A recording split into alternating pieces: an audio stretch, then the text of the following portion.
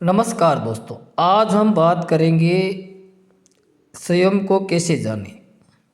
हमारी ज़िंदगी ज़्यादातर बाहर की चीज़ों में व्यतीत होती है। घर, स्कूल, दोस्तों में, खेल में, मोबाइल में, पैसा कमाने में, घर परिवार को चलाने में और समाज में। लेकिन हम भूल जाते हैं कि हमारे अंदर भी एक पूरी दुनिया है। आज हम समझेंगे कि हम भीतर की दुनिया को क्यों भूल गए हैं, क्यों हम बाहरी दुनिया में खो गए हैं। आज का वीडियो काफ़ी ही महत्वपूर्ण है। सभी वेदों, उपनिषदों, जितने भी अपने धार्मिक ग्रंथ हैं, सब में एक ही बात का विशेष जोर दिया गया है कि स्वयं को जानो। लेकिन स्वयं को जानना आखिर है क्या और हम उसको कैसे जान सकते हैं। आज मैंने काफ़ी मेहनत करके ये इस वीडियो स्क्रिप्ट तैयार किया है, तो कृपया दोस्तों पूरा सुनना। आज हम समझेंगे कि हम बहिर्मुखी कैसे बने और हम स्वयं को जानने के लिए हमें अब क्या करना चाहिए। क्योंकि सभी वेदों, उपनिषदों का एक ही सार है कि अपने आप को जानो। जब आप अपने आप को जानोगे तभी आपका आत्मा परमात्मा से मिलेगी, तभी आप परम ब्रह्मा को जानोगे। लेकिन सच्चाई ये है कि ये बातें पढ़ने में अच्छा लग रही है, लेकिन रियलिटी में ऐसा अपन फील नहीं कर पा रहे हैं। तो आज हम जानेंगे कि हम इन चीज़ों को कैसे समझ सकते हैं और कैसे हम अपने आप को बदलने की कोशिश कर सकते हैं। जन्म से बहिर्मुखी बनने की शुरुआत। जब कोई बच्चा जन्म लेता है तो उसकी दुनिया बाहर की चीज़ों से शुरू होती है। आँख खुलती है और बाहर का प्रकाश दिखाई देता है। कान सुनने लगते हैं और बाहर की आवाज़ें सुनाई देती है। पहली सांस आती है, हवा अंदर जाती है फेफड़ों में। माता पिता, परिवार, दोस्त सब बाहर है। भूख, प्यास, ठंड, गर्मी, वर्षा, वस्त्र, शरीर की सभी ज़रूरतें बाहर से पूरी होती है। मतलब जन्म के समय ही हम बाहर की दुनिया से जुड़ जाते हैं। यानी जैसे ही बच्चा धरती पे जन्म लेता है, जन्म लेने के साथ ही उसकी यात्रा बाहरी दुनिया से शुरू हो जाती है। उसका सारे कनेक्शन बाहर की दुनिया से हो जाते हैं और उसका भीतर का जो कनेक्शन है वो वहीं से धीरे धीरे दूर होने लगता है। जैसे मान लो कि जैसे ही हमने जन्म लिया, जन्म लेने के साथ ही हमारा पूरा मन धीरे धीरे बाहर की दुनिया के साथ जुड़ने लग जाता है और ये एक लंबा प्रोसेस हो जाता है। जैसे जैसे हम बड़े होते हैं हमारी बाहर की दुनिया से जुड़ा बढ़ता है। स्कूल, कॉलेज, यूनिवर्सिटी हमें सिखाते हैं कि कैसे बाहरी दुनिया में सफल होना है, कैसे हमें पद प्राप्त करना है, कैसे हमें नौकरी प्राप्त करनी है, कैसे हमें व्यापार करना है और कैसे हमें धन कमाना है, कैसे हमें प्रतिष्ठा कैसे हमें सफलता प्राप्त करनी है। हम इसी दौड़ में या इसी दौड़ का हिस्सा बन जाते हैं।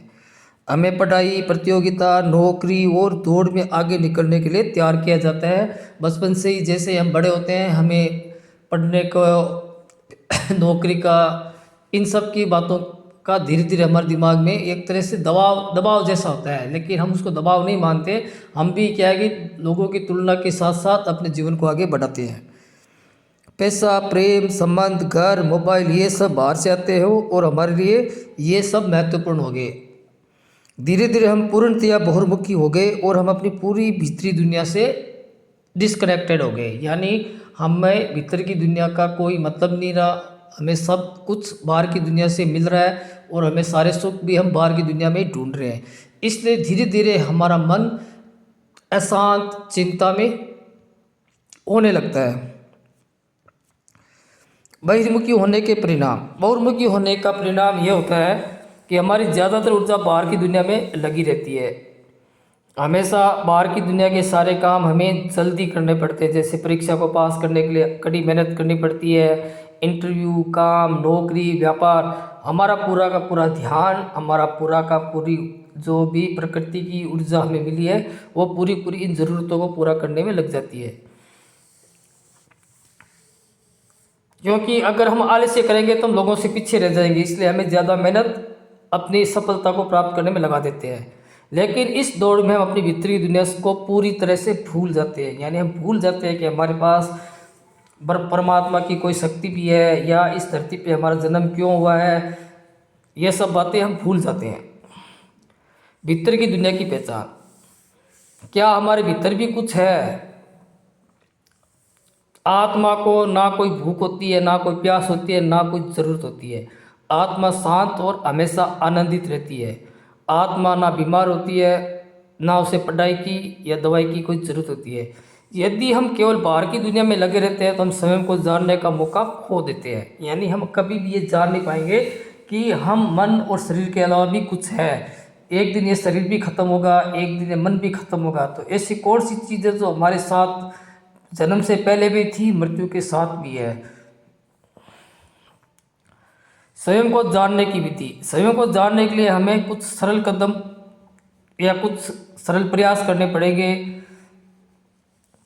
आँख और कान बंद करो, यानी अपने आप को कुछ समय के लिए जानने के लिए अपनी आंखें और अपने कान को बंद करो और बाहर के विचार, आवाज़, दृश्य थोड़ी देर के लिए छोड़ दो।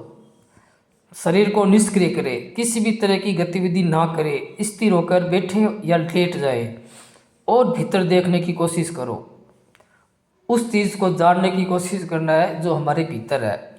अपने विचार और भावनाओं पर थोड़ा ध्यान दो कि हमारे मन में किस तरह के विचार चल रहे हैं, किस तरह की भावनाएं चल रही है, क्योंकि हमें अपने विचार और भावनाओं के उस पार देखना है।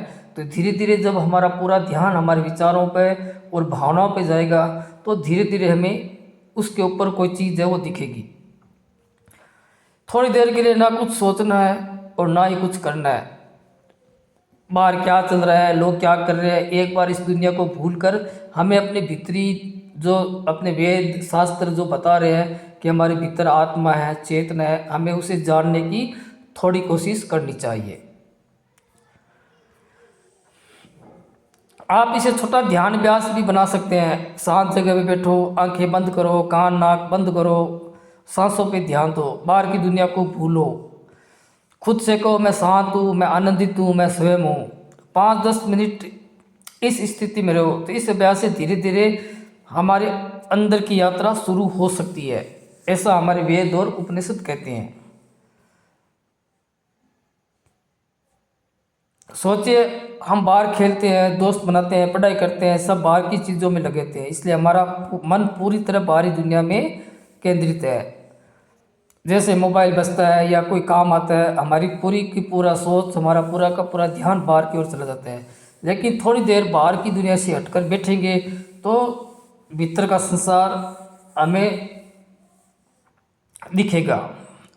हमारी ज़्यादातर ज़िंदगी बाहर की चीज़ों में व्यतीत होती है। बाहर से जुड़ाव ज़रूरी है, लेकिन भीतर की दुनिया को जानना भी ज़रूरी है।